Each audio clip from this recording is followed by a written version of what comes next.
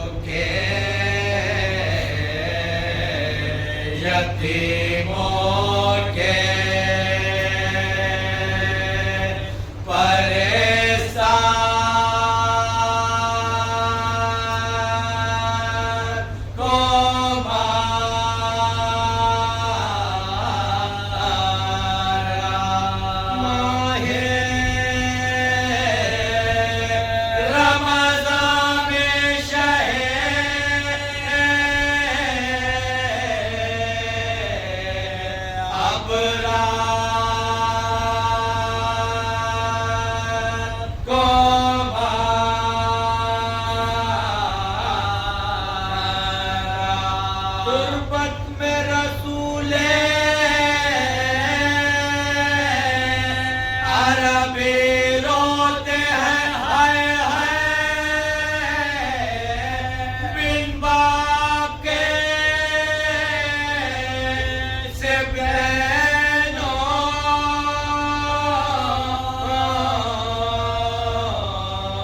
نبی ہوتے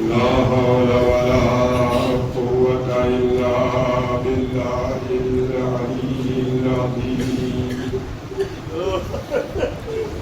أعوذ بالله من الشيطان الرجيم بسم الله الرحمن الرحيم الحمد لله رب العالمين والصلاة والسلام على سيد الأنبياء والمرسلين سيدنا ونبينا وحبيب قلوبنا وطبيب نفوسنا العبد المؤيد والرسول المسدد المصطفى الأمجد حبيب إله العالمين وشفيع ذنوب المذنبين بالقاسم محمد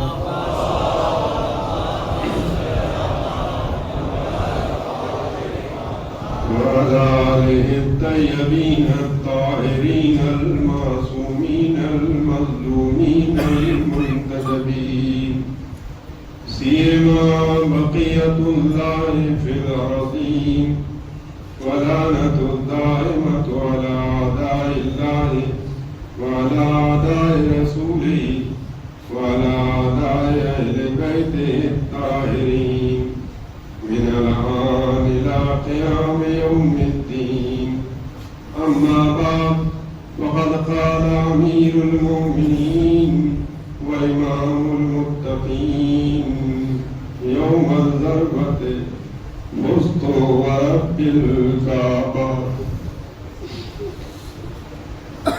حضران علماء کائنات یہ وہ ہنگام ہے جب آپ کا اور متقینوں کا امام دنیا سے رخصت ہوا چلتا ہے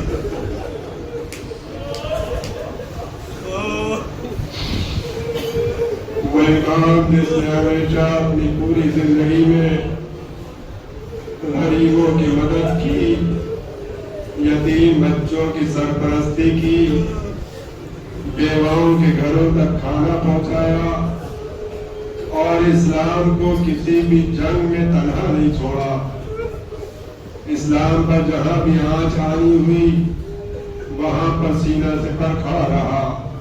یہاں تک کہ جب وہ دور آیا پیغمبر کی رحلت کے بعد، جب آپ کے خلاف ایک باقاعدہ جہاد چھیڑا گیا، تو اس وقت بھی آپ دربار کے آس پاس رہے تاکہ اگر کوئی فیصلہ شریعت کے خلاف ہو تو اس کی اصلاح کی جا سکے. ایک اشجع الناس، سب سے زیادہ شجاع ترین انسان، سب سے زیادہ عادل انسان، سب سے زیادہ رحم دل انسان، سب سے زیادہ ایسا انسان جو زاہد بھی تھا اور میدان بغا میں ذوالفقار چلانے والا بھی تھا، متقیوں کا امام تھا، تقوی اور پرہیزگاری کے اعلیٰ مدارج پر فائز تھا. اس شخص کے خلاف ایسا پروپیگنڈا کیا گیا، ایسی تحریک چلائی گئی، ایسا اس کو بدنام کرنے کی کوشش کی گئی، گویا یہ پھیلا دیا گیا میسج کہ یہ شخص نماز بھی نہیں پڑھتا ہے. چنانچہ جب مسجد میں ضربت لگی اور یہ پیغام لوگوں تک گیا کہ مولا کائنات کو مسجد میں ضربت لگی ہے، وہاں پر شہید کیے گئے ہیں، تو لوگوں نے آپس میں ایک دوسرے سے کہا کہ علی مسجد میں کس لیے گئے تھے. یعنی اس طریقے کا پروپیگنڈا آج آپ محسوس کر سکتے ہیں کہ حق والوں کو کس طریقے سے بدنام کیا جاتا ہے، کس طریقے سے ان کو ذلیل کرنے کی کوشش کی جاتی ہے. اور جب کوئی ہتھ کنڈا کام نہیں کرتا تو آخری نتیجہ یہی لیتے ہیں وہ کہ ان کو اپنے راستے سے ہٹا دیا جائے. آج بھی یہی ہو رہا ہے، اس زمانے میں بھی ایسے ہی ہوا. وہ بیت المال کے قائم، وہ بیت المال کو اپنی جاگیر سمجھنے والے، وہ بیت المال کے ذریعے سے اپنی دنیا کو سجانے والے، جب انہوں نے دیکھا کہ علی اس راستے میں روڑا ہے، علی اس راستے میں رکاوٹ ہے، تو انہوں نے اپنے راستے سے مولا کائنات کو ہٹانے کی سوچ لی اور سازش رچی، اور جس کا نتیجہ یہ ہوا کہ 19ویں ماہ مبارک کو آپ کو مسجد میں اس وقت شہید کرنے کی کوشش کی گئی جب آپ نماز پڑھ رہے تھے اور سجدے کی حالت میں تھے. مولا کائنات نے اس چیز کو پہلے ہی سمجھ لیا تھا کہ میرے ساتھ کیا حادثہ ہونے والا ہے. ذاکرین برابر پڑھتے ہیں، آپ سنتے رہتے ہیں کہ 17 ماہ مبارک کو آپ نے نماز مغربین کے بعد کوفے والوں سے یہ خطاب کیا اور یہ فرمایا کہ اپنی خواتین کو میرے گھر بھیج دو. مومنین نے سمجھا کہ پتہ نہیں کون سی نعمت خداوند عالم کی طرف سے مولا کائنات کے ذریعے سے ہمیں ملنے والی ہے. شاید مولا کائنات دعوت کرنی چاہ رہے ہیں یا کوئی اور ہدیہ پیش کرنا چاہ رہے ہیں. لوگوں نے دیکھا کہ مولا کائنات اپنے بیت الشرف کے دروازے پر سر جھکا کے بیٹھ گئے. لوگوں نے جا کر اپنے گھروں پر اطلاع دی، بیویاں آنی شروع ہوئیں، یکے بعد دیگرے کوفے کی تمام خواتین آنے لگیں، سلام کرتی تھیں، مولا سر جھکائے ہوئے جواب دیتے تھے اور یہ خواتین بیت الشرف میں داخل ہو جاتی تھیں. جب ساری بیویاں آ گئیں تو اس کے بعد میں مولا کائنات نے جناب فضہ کو آواز دی، اے فضہ سارے چراغ روشن کر دو. سارے چراغ جلائے گئے. میں حیرت تھے سب کہ آج کیا ہونے والا ہے. چراغ جل گئے. اس کے بعد میں آپ آواز دیتے اے زینب، اے زینب اپنے حجرے سے باہر آؤ. جناب زینب باپ کا حکم سن کے حجرے سے باہر تشریف لاتی ہے. ایک مرتبہ مولا کائنات فرماتے ہیں اے زینب اپنے چہرے سے یہ پردہ ہٹاؤ. جناب زینب باپ کے حکم کی اطاعت کرتے ہوئے اپنے چہرے سے پردہ ہٹاتی ہے. ایک مرتبہ مولا کائنات کوفے کی ان خواتین سے مخاطب ہوتے ہیں، اے کوفے کی عورتوں یہ زینب کا چہرہ پہچان لو. ایک وقت ایسا آئے گا کہ جب کوفے کی یہ گلیاں ہوگی، کوفے کی یہ سڑکیں ہوگی، یہ بیوی زینب اونٹ پہ سوار ہوگی تو شاید تم پہچان نہ سکو. آج ان کو دیکھ لو،